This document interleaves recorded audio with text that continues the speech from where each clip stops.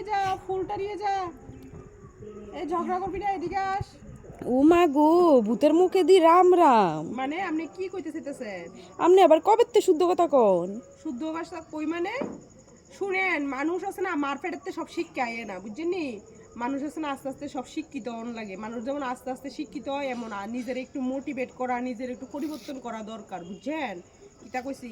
আমরার বাচ্চারা এখন নতুন প্রজন্মের বাচ্চারা, তারা যখন স্কুলে যায় তখন সবাই শুদ্ধ ভাষায় কথা বলে। তাহলে আমাদের কি করা উচিত? আমাদের বাচ্চাদেরকে মোটিভেট করা উচিত, শুদ্ধ ভাষায় কথা শেখানো উচিত। তো যেদিন থেকে আমার নাতি কথা বলা শিখছে, সেদিন থেকে আমরা ওর সাথে শুদ্ধ ভাষায় কথা বলছি, ঠিক আছে? আপনিও যখন আমাদের বাড়িতে আসবেন, প্লিজ দয়া করে যখনই কথা বলবেন একটু শুদ্ধ ভাষায় কথা বলবেন। আপনার সেই গুরুচণ্ডালী ভাষাগুলি ইউজ করবেন না, ঠিক আছে? বুঝা গেছে কি?